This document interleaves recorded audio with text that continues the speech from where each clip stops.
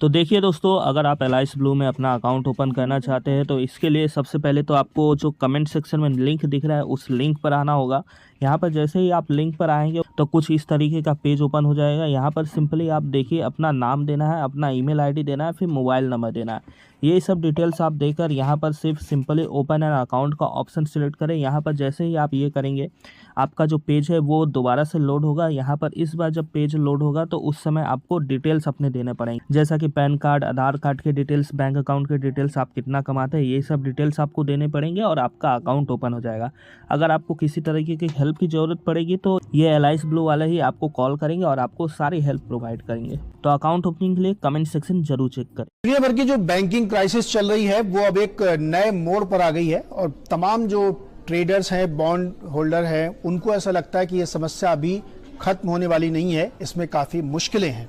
तो ताजा क्या हुआ है? ताजा ये हुआ है कि क्रेडिट स्विस जो एक बड़ा बैंक था वो बिक गया है और उसको यूबीएस ने खरीदा है। ये डील 3.3 बिलियन डॉलर्स में हुई है, लेकिन इस डील से कई लोगों को बड़ा नुकसान होगा। यानी इस बैंक के यानी क्रेडिट स्विस के जो बॉन्ड होल्डर्स थे उनको करीब 17 बिलियन डॉलर का नुकसान होगा। 81 बॉन्ड थे जो वो जीरो हो गए वैल्यू। केवल शेयर होल्डर्स की थोड़ी वैल्यू बन रही है क्योंकि वो शेयर स्वैप के जरिए हुआ। तो ये वीकेंड की सबसे बड़ी घटना थी। इस घटना को और डिटेल में इसके पीछे समझना जरूरी है, यही आज हमारा मकसद है। इसको मैं समझाऊंगा आपको कि दरअसल वीकेंड के दौरान काफी उथल पुथल थी। क्रेडिट स्विस का क्या होगा, क्या वो संभल पाएगा? बावजूद इसके कि स्विट्जरलैंड के केंद्रीय बैंक ने, वहां के रेगुलेटर ने, सरकार ने पूरी कोशिश की, लोन देने की बात भी कही, लेकिन बात बन नहीं रही थी। इसलिए फाइनली फिर उसको यूबीएस के साथ डील हुई और डील भी बड़ी मजेदार थी। पहले 1 बिलियन डॉलर का ऑफर आया, फिर 2 बिलियन डॉलर का ऑफर आया, फिर 3 बिलियन डॉलर का ऑफर आया। फाइनली 3.3 पे वो डील हो गई और इस डील में कई सारी जो काउंटर गारंटीज हैं वो स्विट्जरलैंड के सेंट्रल बैंक ने और सरकार ने ली है कि कोई फर्दर लिटिगेशन इसमें नहीं होगा। तो ये ताजा घटना हुई। लेकिन इस घटना के तुरंत बाद क्या हो रहा है?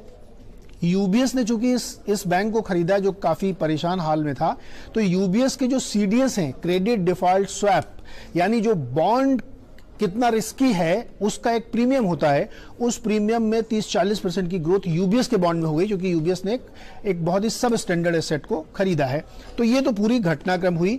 और एक और चीज देखिए कि बैंकिंग की कितनी बड़ी क्राइसिस हो रही है कि फर्स्ट रिपब्लिक बैंक जो है यूएस का, जिसको पूरी मदद दी जा रही है, 19 बैंकों ने कहा है कि वो 30 बिलियन डॉलर उसमें जमा करेंगे लिक्विडिटी के लिए। उसके बावजूद शुक्रवार को स्टॉक 33% नीचे था।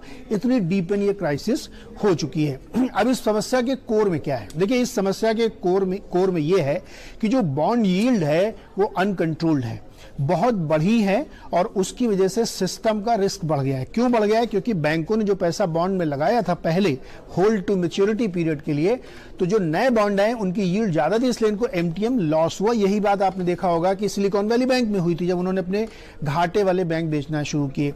हमने आपको पहले ही बताया कि पूरे सिस्टम में 630 बिलियन डॉलर का एमटीएम लॉस है और जैसे जैसे बैंक बुक करेंगे उनको इसका नुकसान होगा। जो बैंकों के प्रॉफिट्स हैं वो गिर रहे हैं, बॉन्ड यील्ड में नुकसान हो रहा है, ब्याज दरें बढ़ रही हैं और डिपॉजिटर्स पैसा निकाल रहे हैं। तो ये सारी समस्याएं मिलकर बैंकिंग सेक्टर को बहुत वल्नरेबल और मुश्किल भरा बनाती हैं।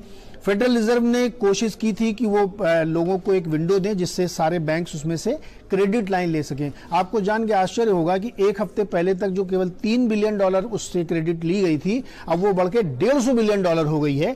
तो अगर ऊपर के 4-5 बैंक अमेरिका के छोड़ दें तो नीचे बहुत बड़ी समस्या खड़ी हो रही है।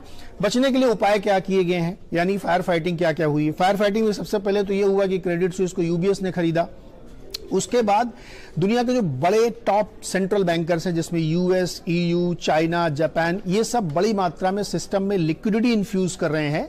और फेडरल रिजर्व में तो ये भी किया है कि जो डॉलर स्वैप होता था वो एक हफ्ते की बजाय एक दिन का कर दिया है, जिससे बैंकों को अगर डॉलर की जरूरत पड़े तो उसकी लिक्विडिटी कम ना पड़े। ये फैसला रविवार को लिया गया, तो जिससे बैंकों को काफी लिक्विडिटी मिलेगी।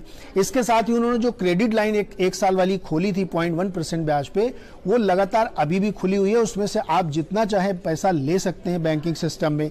तीसरा काम ये किया गया है कि जो तमाम रीजनल बैंक हैं उसमें बड़े बड़े बैंक लिक्विडिटी में मदद कर रहे हैं, यानी उसमें वो पैसा डाल रहे हैं डिपॉजिट के तौर पे, जिससे उनको ये मदद मिल रही है। और सबसे बड़ी बात यह कि यूएस फेडरल रिजर्व ने यानी वहां के सेंट्रल बैंक ने, और सरकार ने ये भरोसा दिलाया डिपॉजिटर्स को कि आपका एक एक रुपया सिक्योर्ड है, डरिए मत आप, तो कम से कम डिपॉजिटर का पैसा सिक्योर्ड है। तो इस लेवल की फायर फाइटिंग यूएस में और यूरोप में चलाने की कोशिश की जा रही है। आगे क्या हो सकता है? आगे ये हो सकता है कि जो अमेरिका के बहुत सारे छोटे और रीजनल बैंक्स हैं उनको लिक्विडिटी की और जरूरत पड़ेगी, क्योंकि कई सारे बैंकों ने कहा है कि ये जो 1 साल की क्रेडिट लाइन है इसको 2 साल करिए, क्योंकि ये समस्या लंबी चलेगी और इतनी जल्दी सुलझेगी नहीं। तो शायद इस बारे में भी फेड सोचे। दूसरा एक अनुमान है, ऐसा भी पक्के तौर पे नहीं कहा जा सकता, लेकिन यूरोप के 2 बड़े बैंक फिर मुश्किल में आ रहे हैं। हो सकता है कि 1-2 दिन में हमें उनके बारे में सुनना पड़े। अगर सरकारों ने और सेंट्रल बैंक ने वहां पे आगे बढ़ के मदद कर ली तो शायद वो 2 बैंक बच जाएंगे, वरना 2 और काफी बड़े बैंक हैं यूरोप के हैं जो एक मुश्किल में फंसने वाले हैं, यानी ये क्राइसिस फिर से और डीपेन होगी। अब नजर कहां बनी हुई है? यूएस के फेडरल रिजर्व की बैठक 22 मार्च को है। उस दिन हमें पता लगेगा कि फेडरल रिजर्व क्या फैसला लेता है, पावेल साहब क्या फैसला लेते हैं, ब्याज दर बढ़ाते हैं कि नहीं बढ़ाते हैं, बढ़ाएंगे तो कितना बढ़ाएंगे, और ये क्या स्किप करेंगे, जो कि असली समस्या थी ब्याज दर बढ़ने की बात से। तो इस सबकी नजर 22 को लगी हुई है। तो इसकी वजह से वो लगातार दबाव बना हुआ है। सरकारें कोशिश कर रही हैं, रेगुलेटर कोशिश कर रहा है, क्रेडिट लाइन पूरी ओपन कर दी गई है कि आप कितना भी लोन ले सकते हैं 1 साल 2 साल के लिए, लेकिन वो कॉन्फिडेंस नहीं लौट रहा है। इसका मतलब ये है दीपाली कि कहीं ना कहीं बीच में ये बात निकल के आ रही है कि सिस्टम में कुछ और प्रॉब्लम है जिसको पूरी तरीके से अभी रिकॉग्नाइज नहीं किया जा रहा है। और सवाल इस बात के लिए इसलिए उठता है क्योंकि जब रेगुलेटर और गवर्नमेंट वॉर फुटिंग पे काम करने लगे तो फिर ये डाउट क्रिएट हो ही जाता है कि कुछ ना कुछ बड़ी प्रॉब्लम यहाँ पे चल रही है। तो इस वजह से ये दिक्कत देखने को मिल रही है। आप एशियन मार्केट में देखिए, हांगकांग एंड शंघाई बैंक जिसको HSBC कहते हैं या स्टैंड चार्ट, सबके स्टॉक प्राइसेस गिरे हैं और सबके बॉन्ड्स भी 5-5, 10-10 सेंट गिर चुके हैं, जिनको हम AT1 या होल्ड टू मैच्योरिटी वाले बॉन्ड कहते हैं। उन सब में दिक्कत निकल के आ रही है। तो नेट आप ये कह सकते हैं कि ये समस्या बढ़ती जा रही है। अभी इस पे सरकारें और सब लोग डिपॉजिटर्स को सेफ कह रही हैं, लिक्विडिटी क्राइसिस को मेंटेन कर रही हैं, उनको नहीं बिगड़ने दे रही हैं, लेकिन कॉन्फिडेंस रिस्टोर नहीं हो रहा है, इसलिए ये लगातार गिरावट बनी हुई है। और ये डर जब तक नहीं खत्म होगा ये गिरावट बढ़ती रहेगी।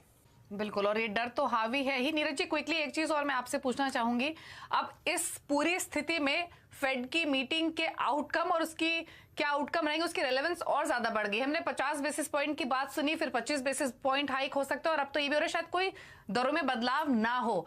क्या आप एक्सपेक्ट कर रहे हैं, क्योंकि आप काफी क्लोजली वॉच करते हैं ग्लोबल मार्केट्स को, और दोनों इस स्थिति में क्या असर हो सकता है?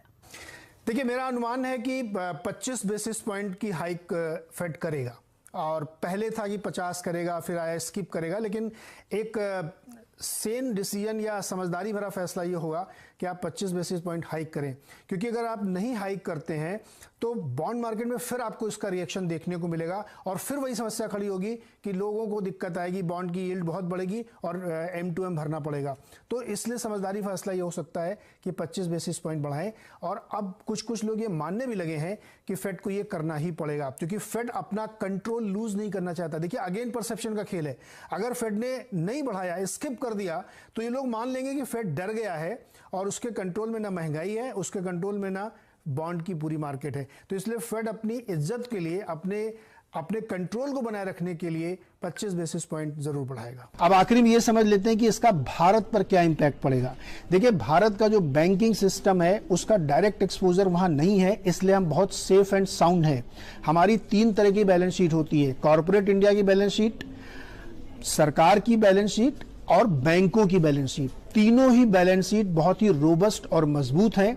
यहाँ के डिपॉजिटर्स का 98% तक पैसा एकदम सिक्योर्ड है, क्योंकि 5 लाख तक का डिपॉजिट पे सेफ्टी मिलती है। और तमाम जगहों से ये जो खबरें निकल के आ रही, इसका हमारे सिस्टम पे इसलिए असर नहीं पड़ रहा क्योंकि हमारा डायरेक्ट एक्सपोजर वहां पे नहीं है। हाँ, सिस्टम के तौर पे, सेंटिमेंट के तौर पे इक्विटी मार्केट पे तगड़ा असर हो रहा है, इसलिए आप देख रहे होंगे बहुत सारे कमजोर रुझान दिख रहे हैं, बैंक में तमाम शेयर्स गिर रहे हैं, क्योंकि सेंटिमेंट पॉजिटिव नहीं है। अगर दुनिया में दिक्कत है तो भारत के भी इक्विटी मार्केट में इसकी प्रॉब्लम देखने को मिलेगी। गोल्ड को आप देखिए $2000 की तरफ वो बढ़ रहा है और कच्चा तेल गिर रहा है। ये बहुत ही टिपिकल सिनेरियो होता है जब बैंकिंग क्राइसिस आती है तो गोल्ड को छोड़ करके बाकी कमोडिटीज नीचे गिरती है और गोल्ड ऊपर जाता है, क्योंकि गोल्ड जनरली हेज माना जाता है करेंसी के अगेंस्ट में, तो इसलिए वो ऊपर जा रहा है। इसके अलावा एक और जो समस्या हो रही है वो भारत की नहीं है, वो एशियन मार्केट की है कि जो दूसरे बड़े बैंक है जैसे स्टैंड चार्ट, HSBC, इन सब के जो परपिचुअल बॉन्ड हैं 81 बॉन्ड, उन बॉन्ड की यील्ड गिर रही है, उसमें गिरावट देखने को मिल रही है। स्टॉक 5-5, 6-6% गिर रहे हैं और बॉन्ड यील्ड भी 5-5 सेंट के आसपास गिर रही है। तो एक सेंटीमेंट का असर पूरी दुनिया में पड़ रहा है इस बैंकिंग क्राइसिस का, लेकिन भारत इससे बहुत ही सेफ है। हमारे सिस्टमिक तौर पे हमको कोई दिक्कत नहीं होने वाली, केवल सेंटीमेंट का असर हमारे इक्विटी मार्केट पे पड़ रहा है, लेकिन सिचुएशन काफी फ्लूइड है। आगे देखते हैं कि ग्लोबल मार्केट किस तरीके से पैन आउट होता है।